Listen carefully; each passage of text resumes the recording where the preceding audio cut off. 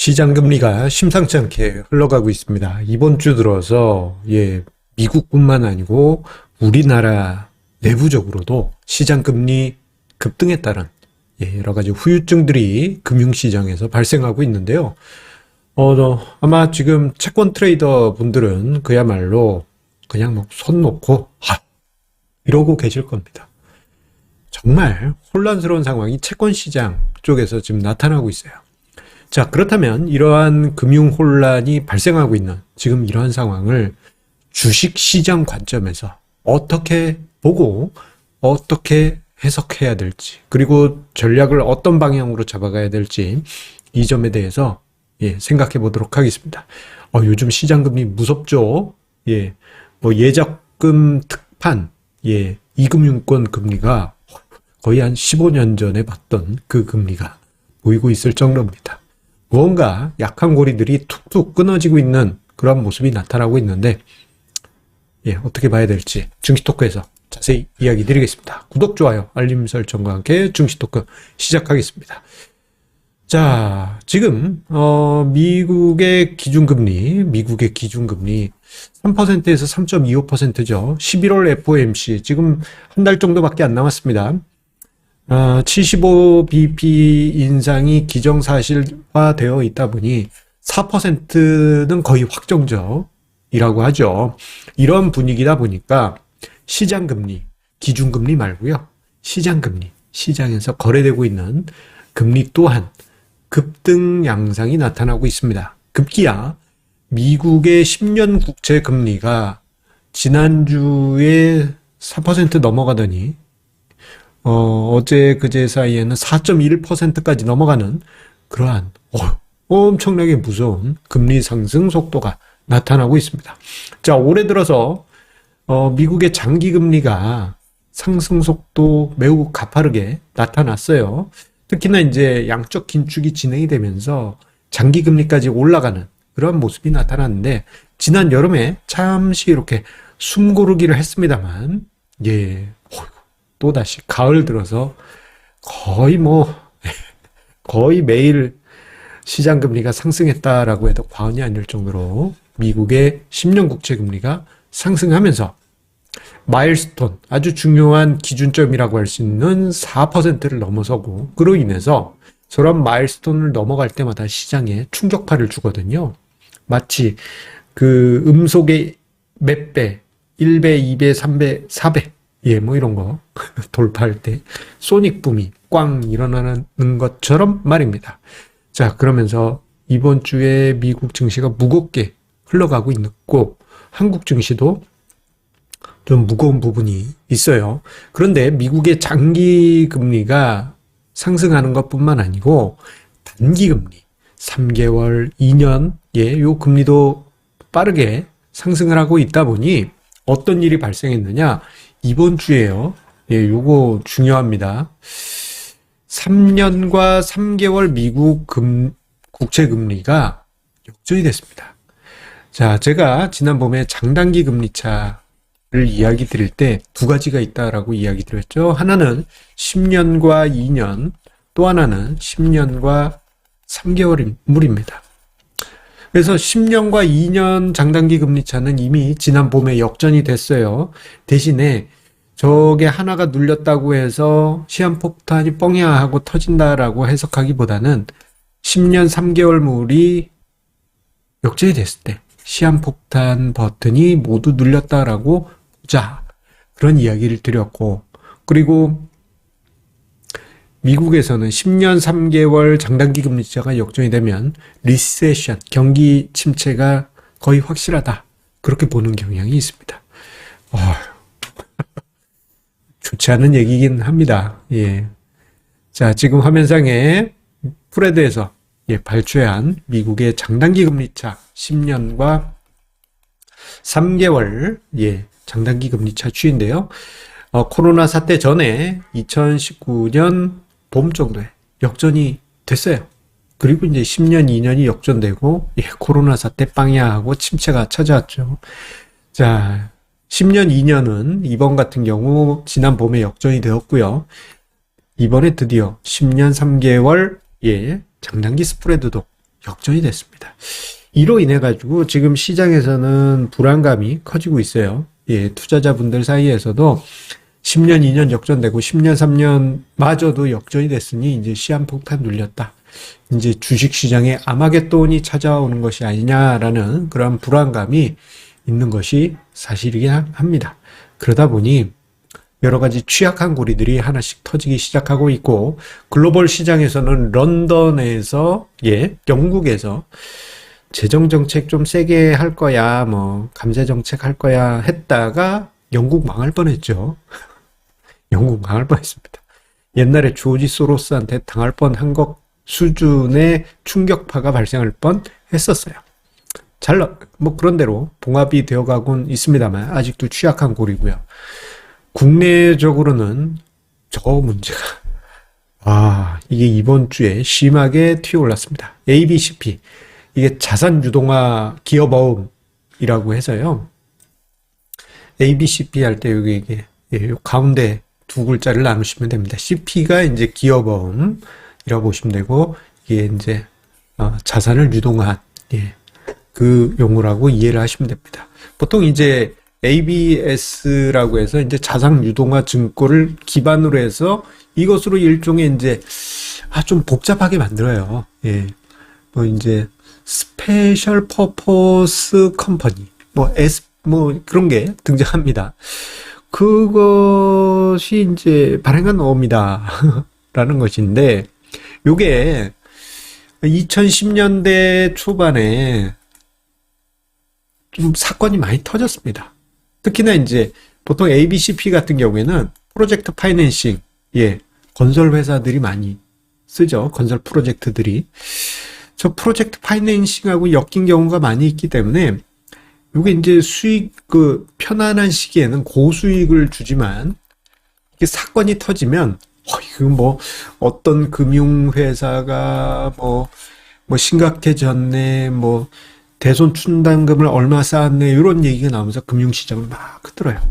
이번 주에 레고랜드 관련한 ABCP, 관련해서 위기가 발생했고, 이 과정에서, 지급보증 문제가 수면 위로 올랐죠?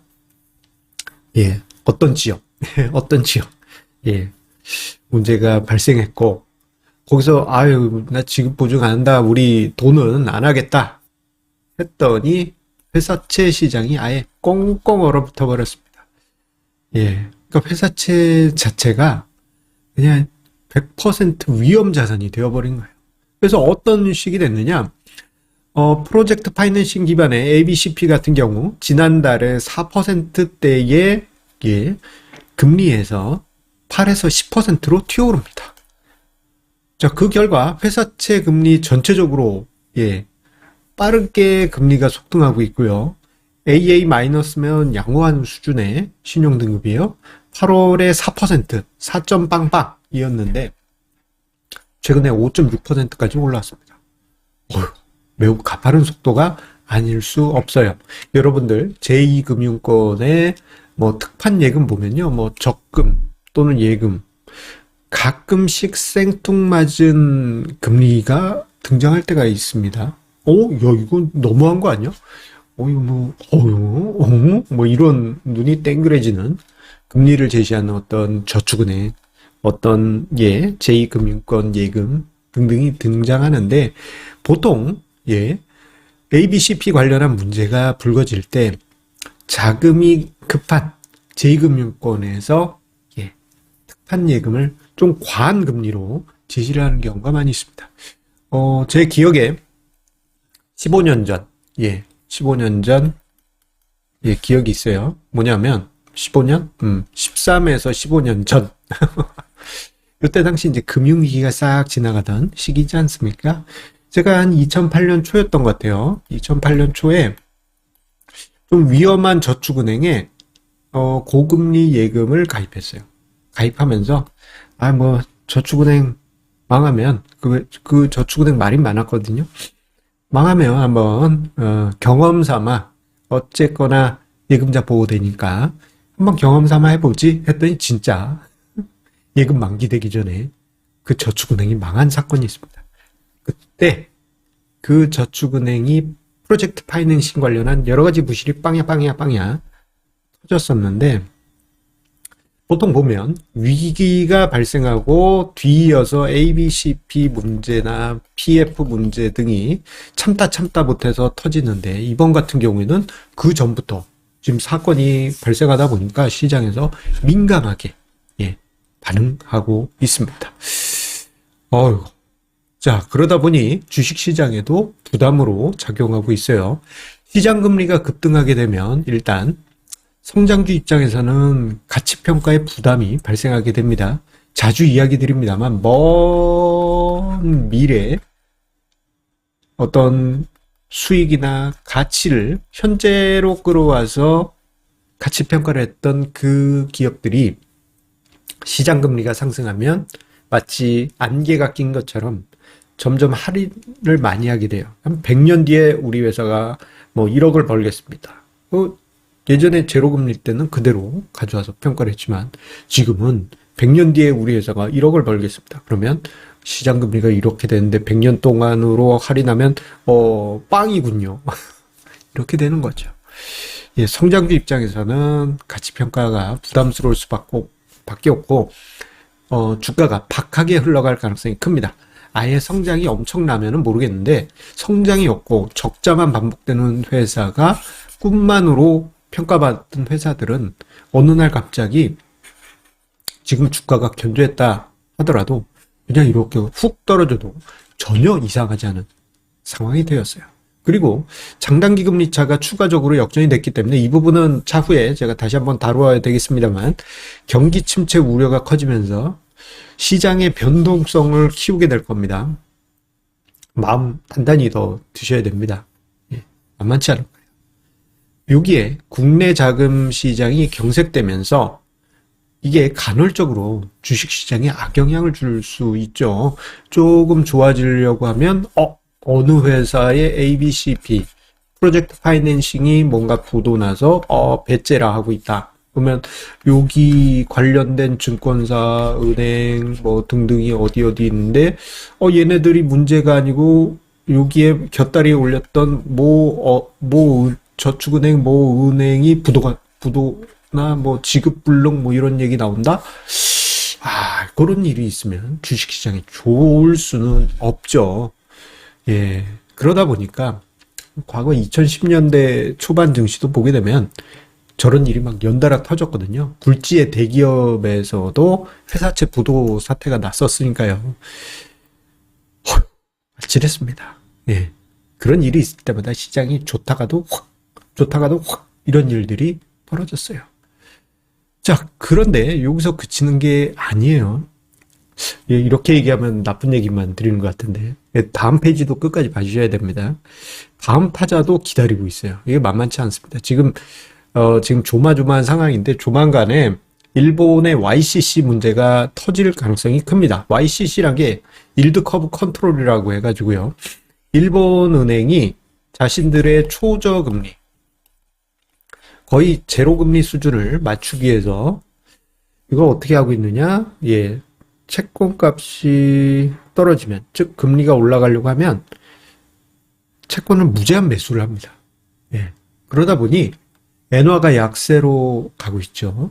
예, 계속 엔화가 약세가 좀 우리나라보다 쟤네 좀 센 거 아니야 싶을 정도로 예, 기축통화인 엔화의 모습이 아니에요. 예, 이거 조만간에 포기할 수 있습니다. 만약에 YCC가 깨지게 되면 일본 부도 이야기 꼭 나오게 될 거예요. 예. 여기에 미국도 시장금리 저렇게 올라가면 미국 국채 발행할 때 만만치 않을 텐데 말이죠. 또 미국 부도 이야기 등장할 가능성이 크고요. 그리고 한국의 가계부채 문제. 요즘 아파트 가격 하락이 만만치 않습니다. 심상치 않아요. 요거 얘기 나오면서 우리나라 같은 경우 제2의 IMF 사태 올 거야 뭐 이런 무서운 이야기, 스릴러 같은 이야기들이 연달아서 기다릴 수 있습니다. 그러다 보면은 시장의 변동성이 커질 가능성이 크죠. 자, 그런데 이것을 보면 겁나죠. 예, 저도 겁납니다. 귀신집 놀이동산에 귀신들 놀러 갔을 때 안 무서울 수 있겠습니까? 예. 의연한 척 해도 조금 무섭습니다. 이만큼. 조금 무섭죠. 자, 그런데 한편 보면 이런 생각도 들어요. 그 놀이동산에 무서운 집 들어가면 그 무서운 집 알고 보면 결국은 사람이 하는 거고 결국은 로봇 아니에요. 그렇게 생각하면 조금 담담할 수 있습니다. 그런 면으로 생각해 볼 수 있는 게 지금 주식시장, 한국 증시 같은 경우 마이너스 33% 이상 하락하면서 일정 부분 선반영된 부분이 있습니다. 그렇기 때문에 지금 우리 시장 참여자들이 두려워하는 것은 이거거든요. 대폭락. 대폭락은 뭡니까? 마이너스 50% 이상의 반토막, 예, 증시 하락, 예, 주가 지수가 반토막 나는 것을 의미하죠. 저기까지 하락, 할 수도 있죠. 그런데, 그곳에 가까이 이를 정도로 많은 부분, 선반영된 부분이 있어요. 그래서 저는, 지금 시장이, 우려하는 것처럼 그렇게 민감하게 반응한다? 뭐 그럴 수도 있겠습니다만 너무 그렇다고 보기에는 또 시장이 너무 싸요. 예, 이게 혼재되어 있습니다. 그래서 무조건 100% 불안하게 그렇게 생각은 하지는 않습니다. 다만 안심은 금물이죠. 예, 변동성이나 예, 돌발 상황, 예, 이런 상황들이 발생할 수 있습니다. 그래서 두 가지 조심하시라는 점 이야기를 드리고 싶어요. 적어도 이것만 지키시면요, 예, 어려움 없으실 거예요. 하나는 재무 비율이 취약한 종목 건들지도 마십시오. 부채 비율 뭐 한 200% 넘어가는 회사들, 금융회사도 아닌데 부채 비율이 200% 이상 혹은 뭐 300% 넘어가면 더 심각하고요. 이런 회사들 같은 경우 문제가 심각하게 뻥야 하고 터질 수 있습니다. 금리가 상승하는데 이자 어떻게 낼 거야? 사건이 터질 수 있어요. 심상치 않을 수 있습니다. 그런 종목만 피해도 우린 무사할 수 있습니다. 그런데 저런 종목이요, 괜찮게 올라가다가 그냥 펑 하고 상장 폐지로 가. 당혹스럽죠. 예, 저런 종목 주의하시고, 두 번째로는 앞에서도 이야기 드렸습니다만 고평가된 성장주, 예, 꿈과 희망만으로 쭉쭉 올라가는 이런 종목들, 시장 금리가 상승하면요, 이게 계속 올라갈 기가 어렵습니다. 어느 순간 냉정하게 시장에서 판단하면서, 야, 너 성장성이 시장금리 이렇고 요구 수익률 이러면 성장성이 한 3자리 돼야 되는 거 아니야? 1년에 100%씩 성장해야 되는 거 아니야? 이런 게 딱 꽂히는 순간 뭐 아무리 좋은 실적을 내더라도 아마 이런 식으로 가는 그런 일이 벌어질 수가 있습니다. 따라서 우리가 이 두 개에 해당되는 종목만 피하고 조금은 안전한 종목으로 투자를 한다면 좀 어려운 과정은 있을 수 있겠지만, 예, 고비 속에서 희망과 너무 이상하다. 예, 어떤 가능성을 만들어 볼 수 있지 않을까 생각을 합니다. 여러분들 힘내시고요. 참 어려운 시간입니다. 이런 때일수록 힘내시고, 내일 정기 세미나, 내일이 아니고 다음 주 금요일 정기 세미나 예정되어 있죠. 예, 곧 다시 한번 공지 차후에 드리도록 하겠습니다. 여러분들 성공 투자 이어가세요. 힘내십시오.